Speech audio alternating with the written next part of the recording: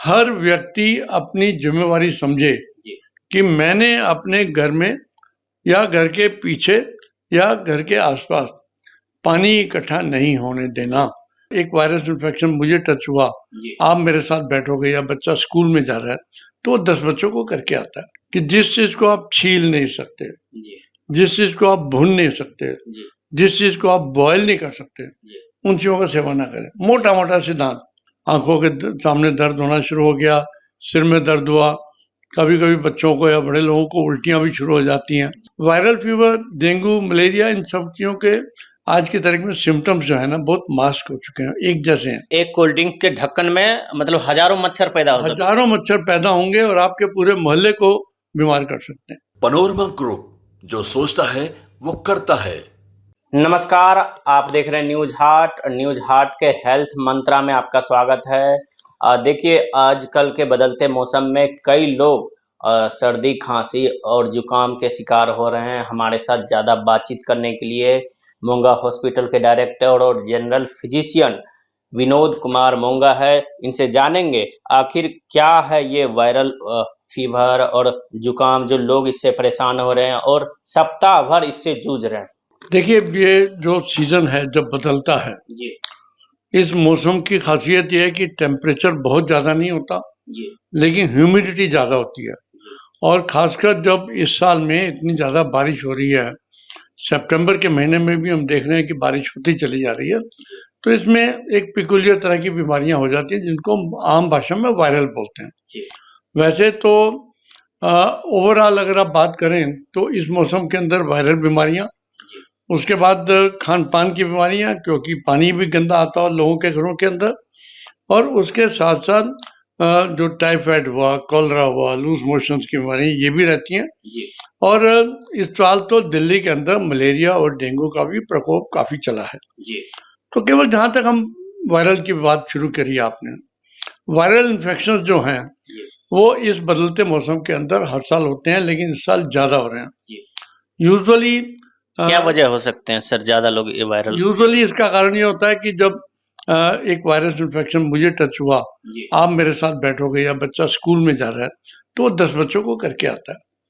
और शुरुआत होती है जुकाम से, खांसी से, गला दर्द हुआ, आंखों के सामने दर्द होना शुरू हो गया, सिर में दर्द हुआ, कभी कभी बच्चों को या बड़े लोगों को उल्टियां भी शुरू हो जाती हैं।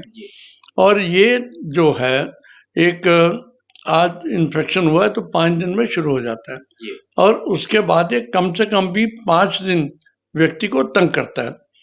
बच्चों में केवल इसके सिम्टम मैंने जो बताए वही होते हैं, लेकिन कई बुजुर्गों के अंदर ये सिम्टम जो है ये अलग रूप भी धारण कर सकते हैं। उन लोगों में वायरस के ऊपर जब सुपर एडेड बैक्टीरियल इन्फेक्शन होते हैं, जैसे निमोनिया, उनमें वो दिक्कत कर सकता है। चेस्ट के इन्फेक्शंस के साथ साथ उन लोगों के अंदर ज़्यादा तेज बुखार हो तो ज़्यादा तेज बुखार के सिम्टम्स जैसे गफलत में आना या ब्लड प्रेशर लो होना, और खासकर जिन लोगों को ब्लड प्रेशर, शुगर या किडनी की बीमारियां हों, उन लोगों को ये बीमारी जो है खतरनाक भी हो सकती है। तो आप कहना चाह रहे हैं कि इस मौसम में बुजुर्गों को खास करके अपना ध्यान रखना चाहिए। इसमें 2-3 चीजें फिर आ जाती हैं।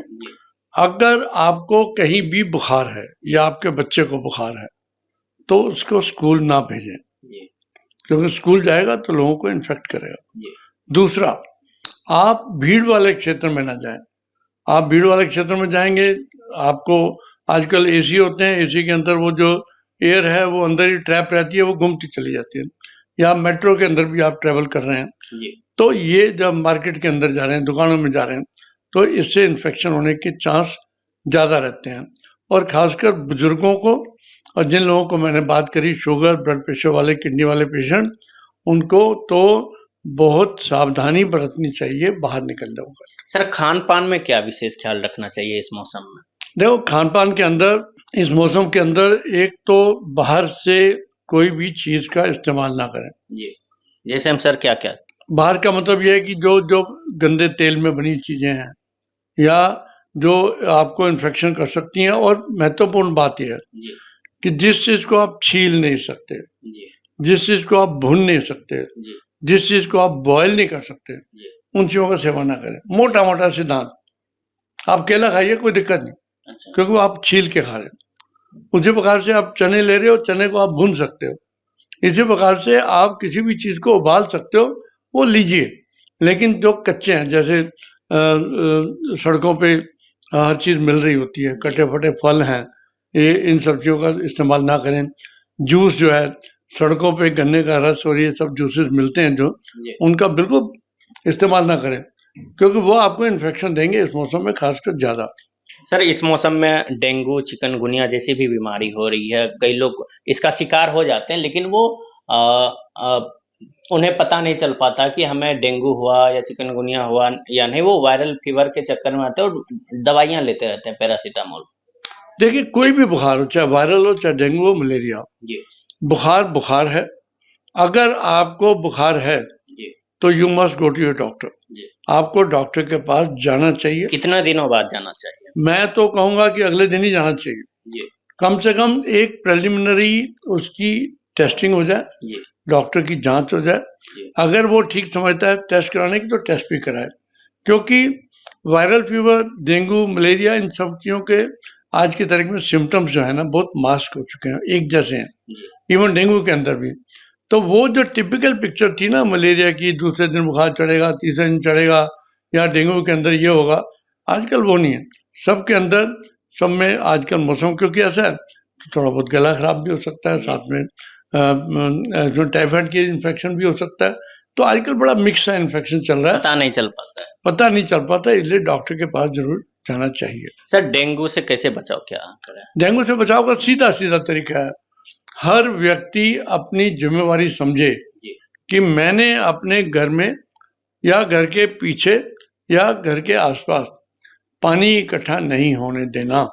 जहां 7 दिन पानी इकट्ठा हो गया, वहां पर मच्छर पैदा होगा, वहां बीमारी होगी होगी। जी, तो बहुत छोटी छोटी चीजें हैं, जैसे आजकल हम पानी, जो रूम कूलर्स होते हैं, उनके अंदर पानी का इस्तेमाल नहीं करते, यूजुअली हवा चला लेते हैं। जी, उसके अंदर पानी भरा रहता है, सालों साल, महीनों महीनों भरा रहता है। ऐसे ऊपर हमने छत पे चिड़ियों को पानी पिलाने के लिए कटोरी रख दिया, बर्तन रख दिया, और वो हम साफ नहीं कर रहे। जी, अगर हम उसी में पानी डाल डाल के पक्षियों को पानी पिलाते रहेंगे, तो ऑटोमेटिकली उसके अंदर इन्फेक्शन होगा।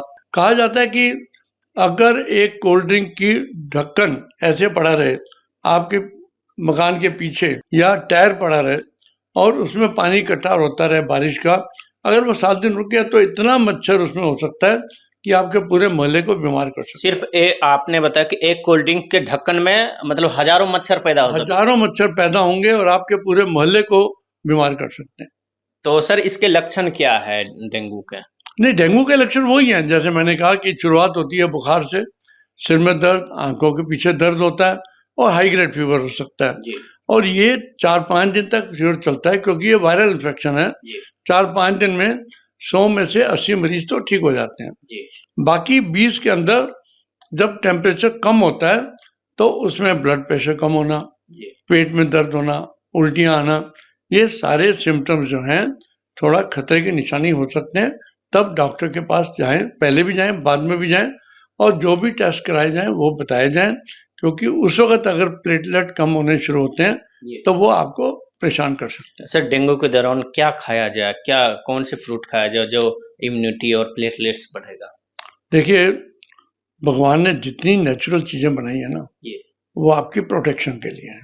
कोई भी फल किसी भी प्रकार से कहीं पर भी खराब नहीं हो सकता। जी, तो इसलिए जब ये डेंगू अगर हुआ है, तो एक तो पानी की मात्रा अच्छी तरीके से पीनी चाहिए। जी, अगर एक व्यक्ति पानी पी रहा है जी, और पेशाब कर रहा है, तो उसको डरने की कोई बात ही नहीं, किसी प्रकार से डेंगू कुछ नहीं करेगा उसको। लेकिन प्यास कम हो जाए, या उल्टियाँ आनी शुरू हो जाए, या आपका पेशाब कम होना शुरू हो जाए, तब खतरे की घंटी है। फ्रूट सारे अच्छे हैं, जी, कोई मैं कहूँ ना जी कीवी अच्छी है, जी, या आपके जूसेस वाले फ्रूट अच्छे हैं, वो डेफिनेटली आपके लिए अच्छे इस प्रकार से हैं कि आपके जो बॉडी का वॉल्यूम है, जी, ब्लड का वॉल्यूम है, प्लाज्मा वॉल्यूम है, उसको मेंटेन करते हैं।